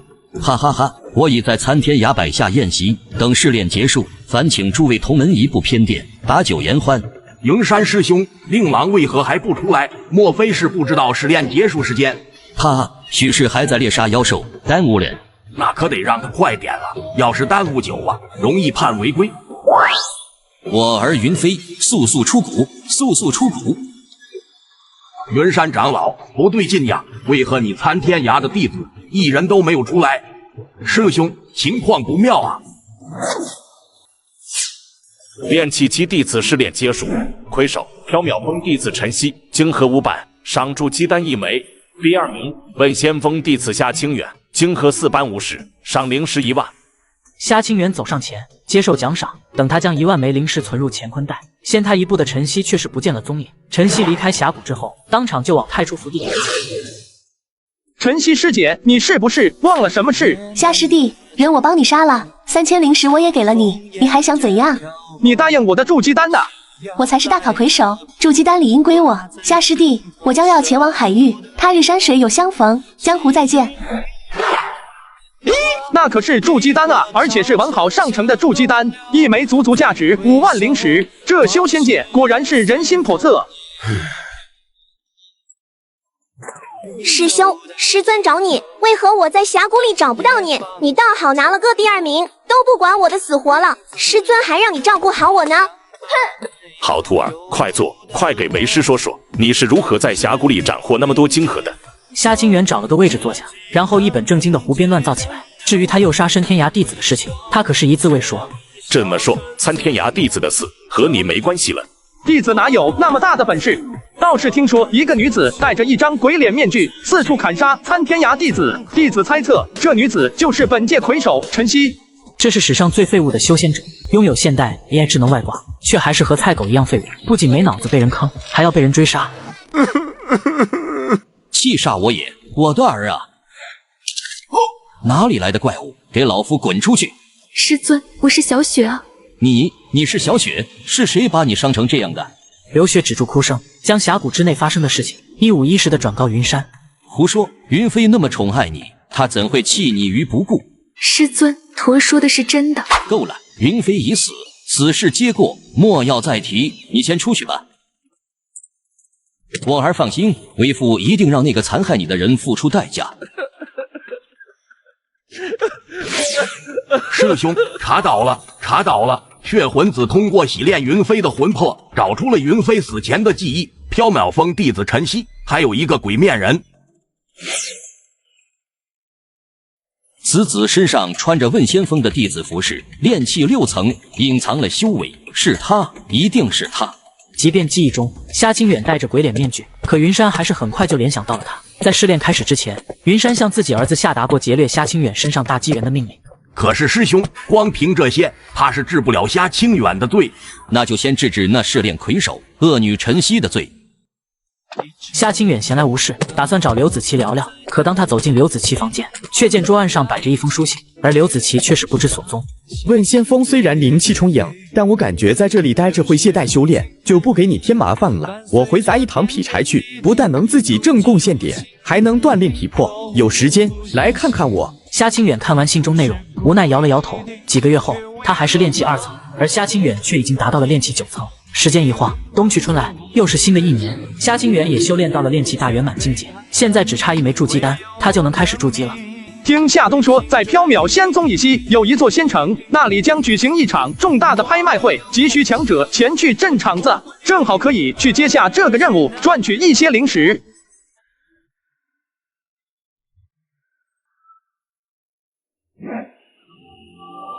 我听说万宝商会这次在远古遗迹淘了件好东西，价值连城。是啊，请了那么多缥缈仙宗的弟子镇场子，一定是有大手笔。第1件拍品，中品灵气飞云剑，气拍价20枚灵石，25枚灵石，30枚。第1件拍品登台，很快就遭到疯抢。不过那些真正有实力的贵人却完全没看上眼。当第10件拍品摆上台时，台下一名看客竟然猛地站了起来。竟然是附体丹，可以肉白骨的3品疗伤丹药。这丹药不仅是台下的看客眼热，就连负责维持秩序的夏清远都有些抑制不住，想要出价。第10件拍品3品丹药附体丹，气拍价1万枚灵石。随着艳丽女子公布起拍价，不少修士兴致大减。3品丹药的价格让很多人望尘莫及，最终丹药被一个筑基期的散修以18000的灵石拍得。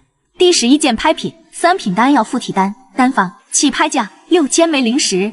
没想到单方居然也能拍卖6500枚灵石7500。最后这单方以8000枚灵石的价格出售给了一名炼气8层的修士。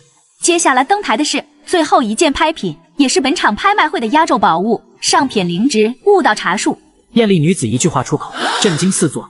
此物没有起拍价，诸位看客可以随意出价，价高者得。艳丽女子话音落下，台下一阵哑然，没有人敢出价竞拍。并非是此物有缺陷，而是此物太过贵重，哪怕最后以100灵石拍得，相信出了拍卖会就会被人抢。悟道茶可以注意高境界的修士参悟道法，亦可注意低境界修士参悟学习武技秘法。由于此物太过珍贵，若是本场流拍，本商会将当众销毁此物。最后10个呼吸，不限价格，诸位可以随意竞拍。10、9、8。看客们蠢蠢欲动，可就是没人敢开口出价，哪怕1枚灵石。1万枚灵石，我要了。恭喜这位贵人以1万灵石拍的悟道茶树。等等，老夫有一个条件。贵人请讲。这阵场的10名缥缈仙宗弟子，老夫要请出1位护送老夫一程，我愿意出2万灵石。但10名缥缈仙宗弟子，你看看我，我看看你，谁也不愿意站出来。这个时候选择护送他，无疑就是找死。看来老夫与这悟道茶树无缘。等等，我愿意护送你。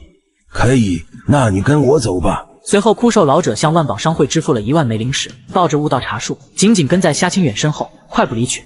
我们走。小家伙有点意思。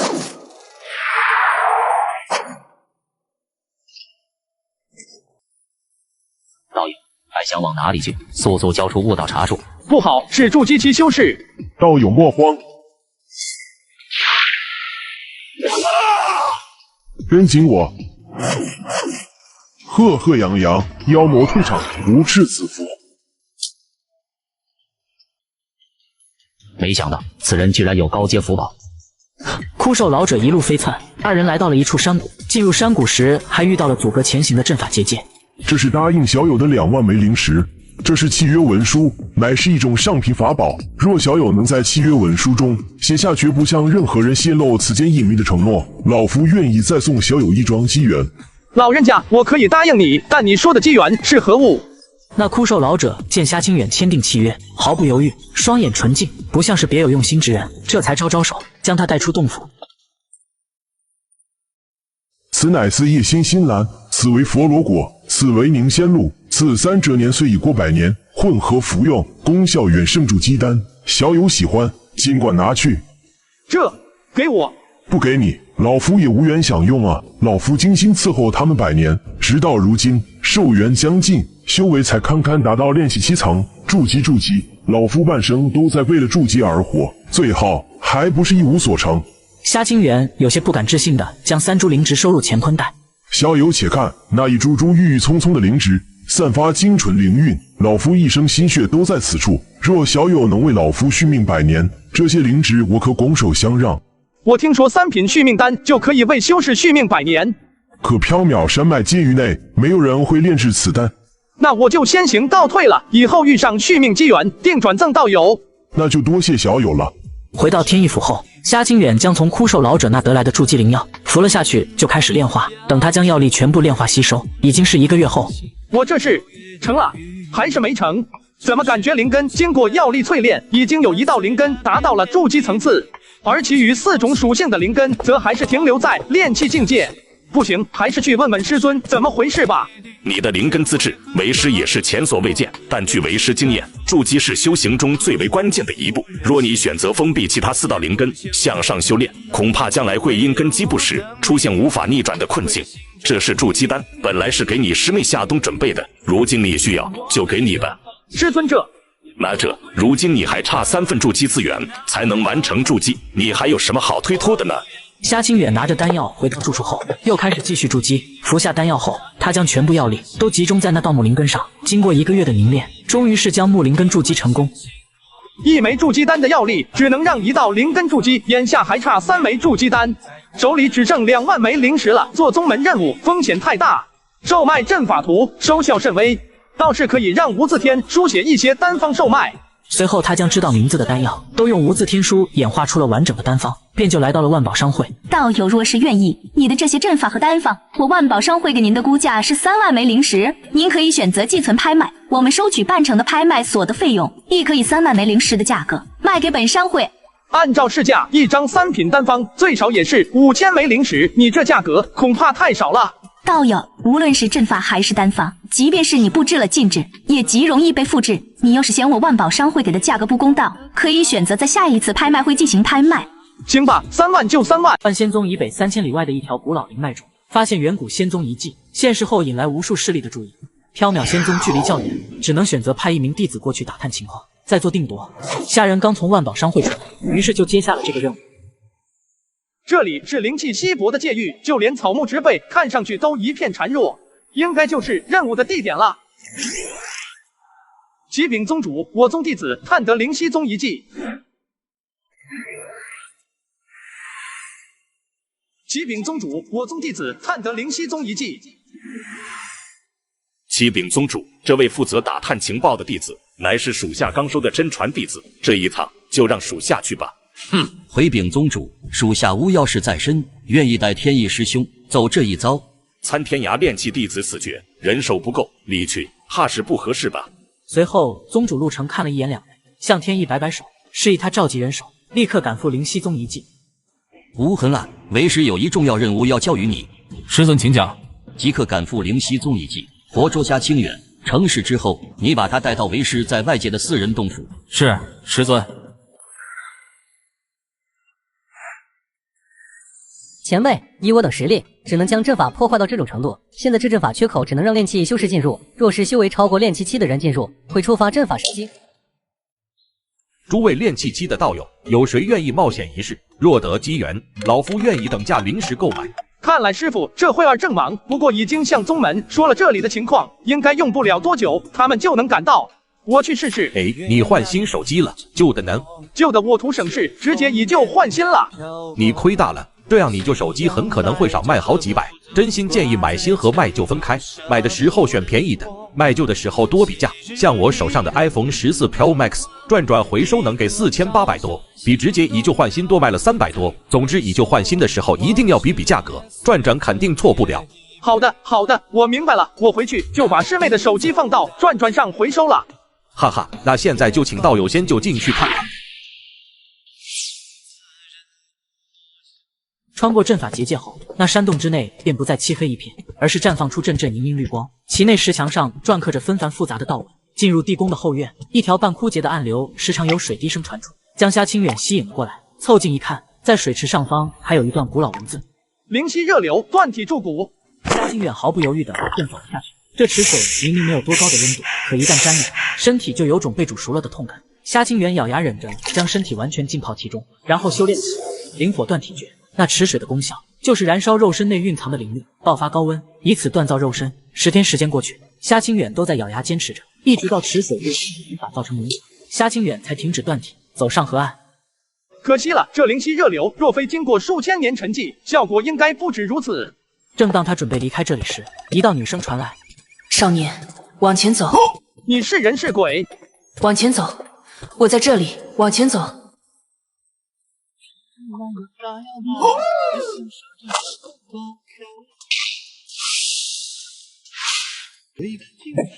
你究竟死没死？我乃灵犀宗最后一任宗主薄秋水，遭到同门背叛，肉身陨灭于此。元神经过数千年灵气滋养，得以复苏，欲借汝身一用。你想夺舍我？那女声轻灵悠远，听起来有股威严感，能对虾清远内心产生震慑。虾清远惊觉到一股危机感，旋即转身就欲逃跑，可忽的那人形虚影爆发金光，似乎是施展了诡异神通，将虾清远身形定格在原地，无法动弹。吾生前乃是化神强者，若是欲图夺舍，何必与你一个半步筑基多费口舌？何况你一个男儿身，吾如何夺舍？那你想做什么？你的神识海还算稳固，可以容吾栖身之用。洛秋水元神化落，便钻进了虾清远识海之中。进去之后，他什么也没做，规规矩矩的待着，并没有夺舍虾清远。把棺椁带上，放心，等吾元神彻底恢复，自会报答你今日恩德。识海里面多了另一个人的意识，他浑身不自在。等他从阵法之内走出来，外界已经乱作一团。师尊天意道人见虾清远10天都未能从尸体以为他遭遇不测，于是便对那个让他进去冒险的金丹老怪大打出手。虾清远想飞身上，劝说天意停手。刚一动身，一根金色藤条便将虾清远死死缠住。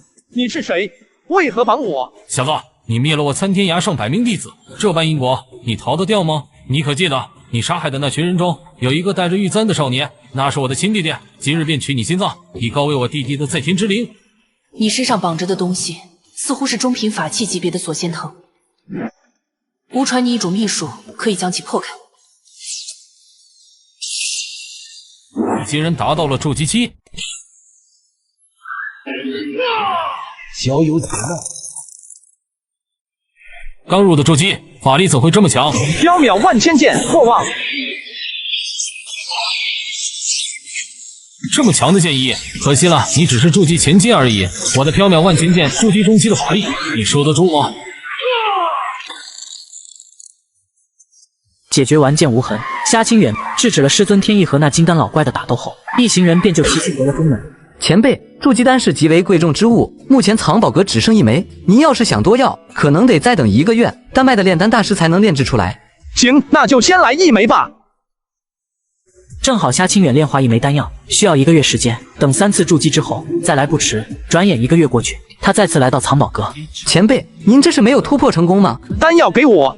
昨天一名炼气大圆满的师兄已经交了定金，预定了本月的筑基丹，前辈得等下个月了。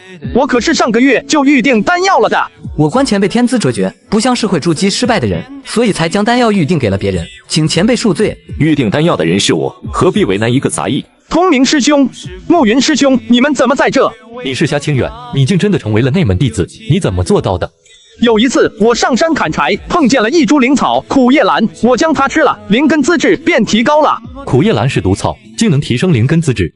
师兄，你们怎么来内门了？自然是为了筑基丹而来。我上个月预定了筑基丹，可他昨天却将筑基丹预定给你，我只是与他了解经过，并未难为于他。夏师弟，咱们也算是有些交情，想请你帮个忙。若此事能成，这枚筑基丹我们就不要了。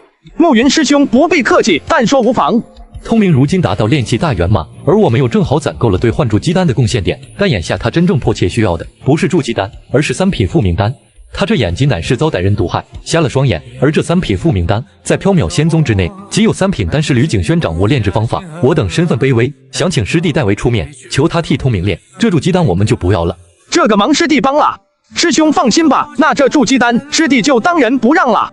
这是1000万贡献点，若是有结余，便都算作师弟的酬劳。师兄客气了，我自答应帮你们，就不会索要回报。若有结余，我会还给你们的。问先锋弟子顾清远，求见丹道大师吕景轩。所为何事？想请大师出手，替我炼制1枚复明丹。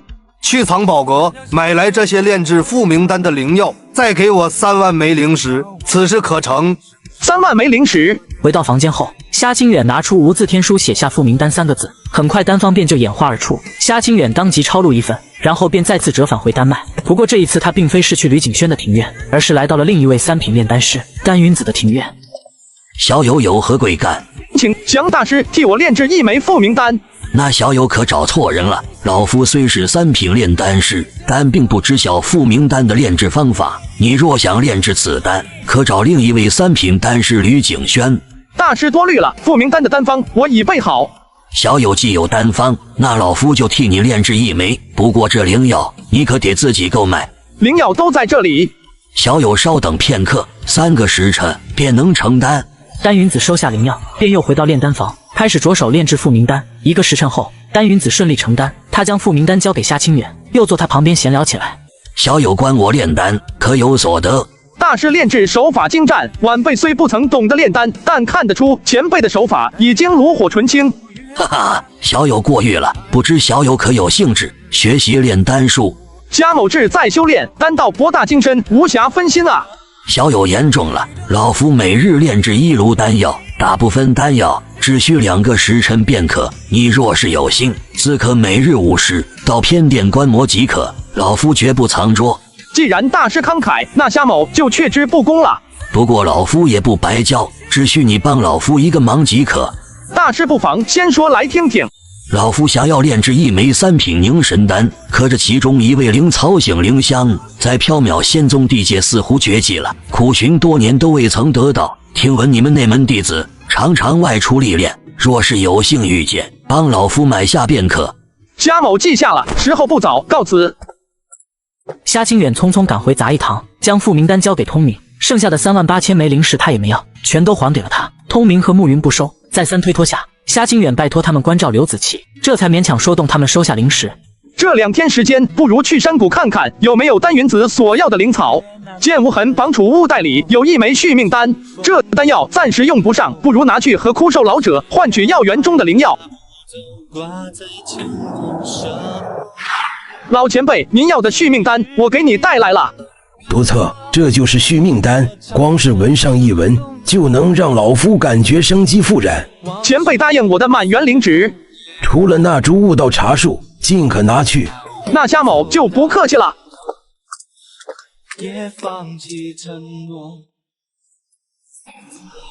小友且慢。少年获得一本无字天书，意外发现此物能够演化世间一切仙道法则。他为了能得到更多的丹方来演化天书，于是找枯瘦老者换来了丹云子想要的醒灵香。丹云子拿到草药，乐得合不拢嘴，然后进入丹房之中，着手炼制他心心念念的凝神丹。控火之术在于把控时机，凝练灵药需和控火同步进行，愈快则快，愈慢则慢。控火时机贵在随机应变。丹云子一边讲解一边炼制，夏清远入神看着，一次完整的炼丹观摩，让夏清远收获颇多。事后他来到藏宝阁，顺利用5万枚灵石兑换了筑基丹。最后一次，我就算是真正的筑基大修了。师尊，师兄回来了。清远，你这最后一次筑基得再等等。师尊，这是何意？如今你已凑齐了5次筑基的资源，为师之前也赠予过1枚筑基丹给你，为师也说过，那本是你师妹夏冬的机缘。跟你说这些，为师是有事相求。师尊，请讲。如今你已4次筑基，实力超群。若你以现在的境界参加今年的修为试炼，必能夺魁。到时候宗门会奖赏1枚筑基丹。若你执意筑基，试炼开始，你的修为也仅仅是筑基前期，在内门筑基弟子之中，没有多少胜算。师尊的意思是让我封印4道筑基成功的灵根，以最后的这道炼气净土灵根去参加修为试炼，夺魁后将获得的丹药转赠给师妹。为师就是这个意思。师尊放心，弟子知道该怎么做。回到房间后，从乾坤袋中取出一份灵药，乃是雾莲、碧玺仙糖、雷火仙竹3种炼体药补所需。吃完这一份，就只能等许太平药源成熟了。经过半个月炼体修炼后，夏清远肉身境界又上一层，达到了淬体气重天，转而又开始修炼起通神诀来。此法可以通过观想提升神识强度。为何限制无知感官？你莫不是有什么见不得人的秘密？前辈虽是元神状态，但您可是女儿身，晚辈日常脱衣洗漱，总归是有不方便的地方。前辈还是待在里面，安心恢复吧。夏清远其实是不想让这古怪之人发现自己拥有无字天书那种至宝，更不想让他和自己心念相通。如此甚好，你平时应当勤加修炼这种提升神识强度的功法，有助于我尽快恢复。洛秋水说到这里，又陷入沉睡之中。时间一晃，春去秋来，这已经是夏清远加入缥缈仙。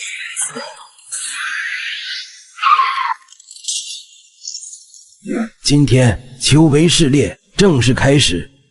云霄、云空，你2人放弃此次试炼成绩，在峡谷之内找个地方藏起来，等待炼气弟子进入峡谷。父亲这是何意？对面山头那个13岁少年，便是夏清远，就是他杀害了你们的弟弟云飞，也是他屠戮了我残天崖上百炼气弟子。此人虽只有炼气大圆满境界，但身上恐有大机缘，你2人一定要小心为上。孩儿知道该怎么做了。师兄，这一次你可不能再丢下我了，就算拿不到第1名，你也不能离开我的视线。放心吧，上一次是意外，这一次没人敢拦我。本届筑基魁首奖励依然是1枚劣等的破金丹。这一次天空上只有1人脚踏飞剑，御剑飞行，在全场上千人的瞩目下，意气风发。师姐，你看，天上那名炼气修士竟然在御剑飞行。大呼小叫什么？修士达到炼气9层就能御剑飞行，再等2年，本仙子也能御剑飞行。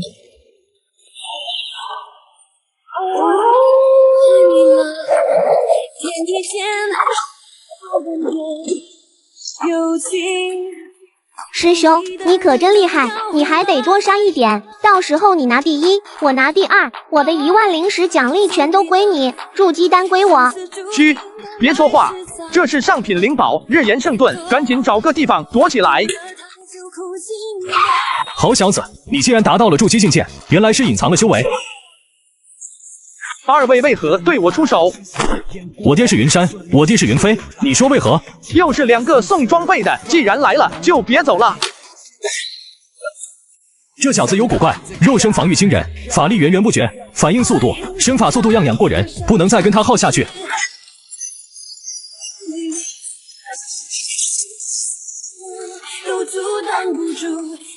小子，我要你偿命，燃烧！撼山拳，开山神。撼山拳，碎山神，结束了。缥缈万仙剑，陨杀去。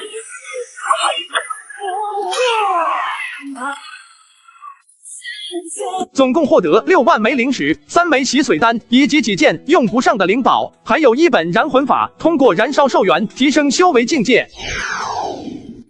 师兄，你没事吧？托你的福，没死。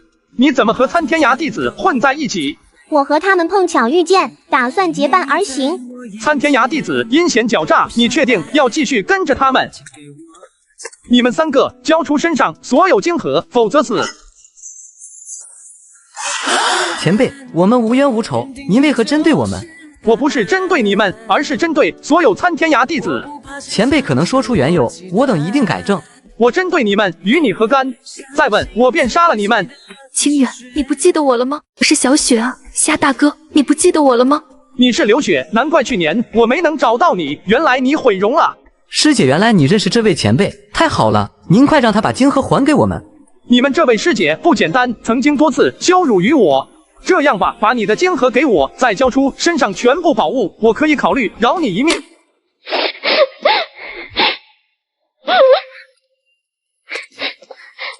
前辈息怒，前辈息怒，这是他的储物袋。下次见到我绕着走，否则死。师姐，你为何会得罪这样一位前辈？他明明那么在意我的，为什么？为什么？师姐，你就别自作多情了。那位前辈修为那么强，他怎么可能在意你？我看他嫌你长得丑陋还差不多。天意师兄，本界魁首，非你问先锋弟子莫属啊！试炼尚未结束，诸位同门莫要妄下定义。哼，谁胜谁负，我看未必。哦，云山师兄莫非以为自己名下弟子能够夺魁？诸位同门若是不服，大可和本座打个赌。若是问先锋弟子夺魁，我云山赠送诸位10件法宝；若是我参天涯弟子夺魁，你们许的一人输我1件法宝。云山师兄，当真要赌？当然。几个时辰后，阵法出口打开，上千号弟子蜂拥而出。一个五官清朗的少年，脚踏飞剑，很快就冲到了第一。在他身后还有夏冬，此人正是问先锋弟子夏清远。看到夏清远活着出来，云山大感不妙。夏清远居然还活着，不好！这老家伙不会不认账吧？我们就在出口等着他，休想赖账。本届炼器弟子试炼魁首问先锋夏清远，斩获金核600。第2名问先锋夏冬，斩获金核500。你的弟子夏清远可太优秀了，以后一定不缺谋生的手段。那可不，他可是身负大气运之人，不像我的曾孙，找工作投了很多简历都没回复，感觉就没信心了，正替他们愁着呢。这有啥好愁的？用 AI 面试呀，边聊天边求职，效率超高，而且24小时不回复平台直接赔付，还是58同城找工作上岗快呀。现在毕业季名气全天直播招人呢，而且平台实地核验过的普工工作超多，有保障还放心，工作搞定还能找房东直接租房，很方便，事事可成。58同城。夏清远和夏冬领到奖励后，各自回了府邸。夏冬现在还处于炼器7层的境界，距离筑基还差5-6年，所以丹药暂由天意保管。夏清远则是赶紧冲回房间，服下自己的筑基丹，开始最后一次筑基。3个月后，夏清远身上的气息又厚重了几分，其周身萦绕的法力强度比之寻常修士威能更盛，而筑基期的修炼过程便是一点点夯实基础，强化经脉丹田，淬炼肉身。仅仅又过2个月，便就达到了筑基中期。修为已达到筑基中期，倒是可以去看看有什么任务可以接。启禀师尊，夏清远现身寻仙令，准备外出。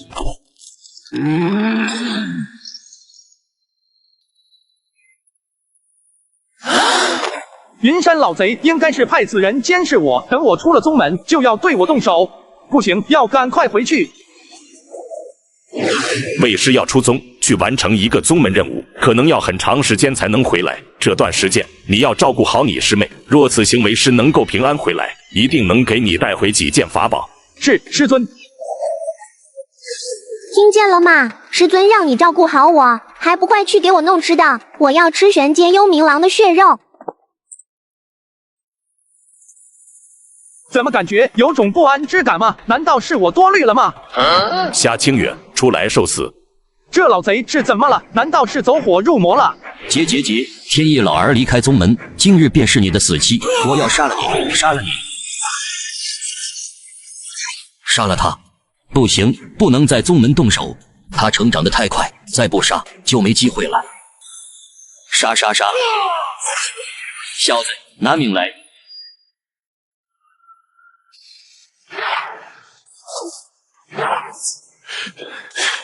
嘿嘿，老不死的，等小爷出去，非把你祖上18代的坟墓给掘了！小子，你别得意，别以为进了太初福地的防御阵，我就没办法了。刘堂主，那贼子夏清远已叛逃宗门，立即通过命牌将他灭杀。云山长老，这下清远似乎已经死了。缥缈宗以东3万里处有一座荒岛，清远找了个地方盘膝打坐，运转无字天书演化而出的碧血功。陈曦在逃跑时说过，这碧血功可以切断本命精血和本体的联系，从而让宗门的命牌失效。接下来该何去何从呢？如今想要回去，怕是得修炼到金丹中期才行。道友，此乃银仙岛，入住此地，每个月需要上交100枚灵石。100枚灵石的价格包含洞府吗？100枚灵石仅只是允许你出入银仙岛，银仙堂不提供住所，你可以自行开发，岛上没人占据的资源可尽情使用。道友叫什么名字？厉飞羽，道友可否向你打听一个人？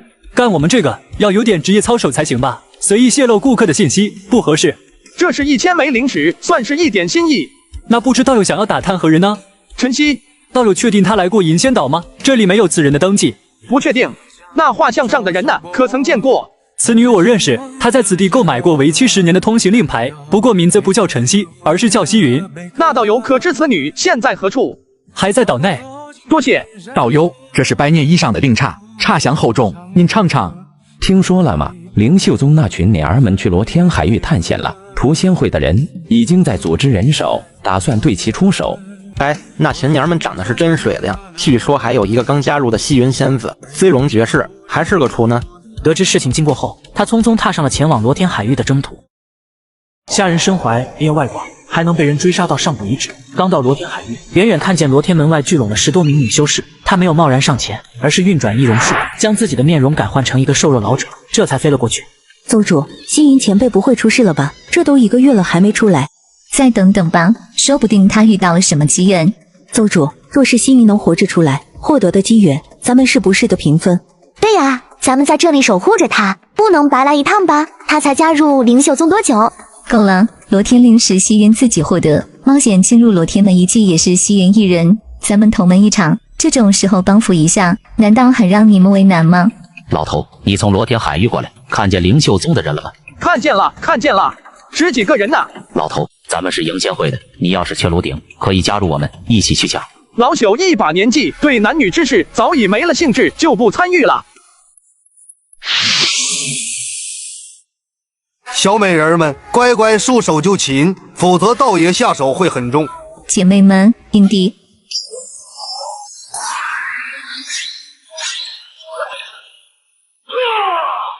云秀啊，老子惦记你很久了，确定要抗争到底？本仙抵死也不会向你一个邪修妥协。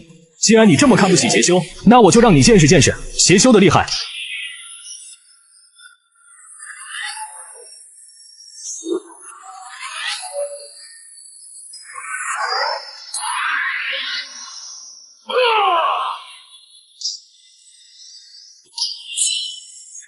然而西云虽然剑招强大，修为却仅只有筑基，快便落入下风。他受了福元真人感，深深望了一眼被福元真人掐住脖梗的灵秀宗主灵秀，压抑住内心的悲愤，转身御剑逃窜。快追，别让那小妮子逃了，那就是西云，灵秀宗最美的妞。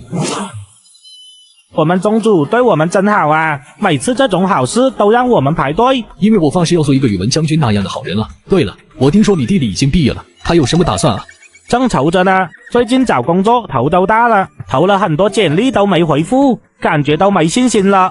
这有啥好愁的？用 AI 面试呀，边聊天边求职，效率超高，而且24小时不回复平台直接回复，还是58同城找工作上岗快呀！现在毕业季明喜全天直播招人呢，而且平台实力和燕国的破工工作超多，有保障还放心，工作搞定还能找房东直接租房，很方便，事事可成。58同城，小美人，乖乖束手就擒，否则大爷我废了你的修为，让你做一辈子奴隶。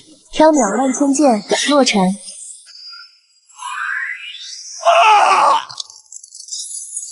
这次夏清远趁着西云和银仙会众人火拼的时间，做起了巫师的构想。道友，不该拿的东西，我劝你不要碰。老朽从死人身上捡装备，与你何干？死人的东西你可以拿走，但你手里那娘们儿，你得交出来。此女与老朽尚有因果未消，1年后老朽自当奉还。老匹夫，你休要得寸进尺。哼哼，你能奈我何？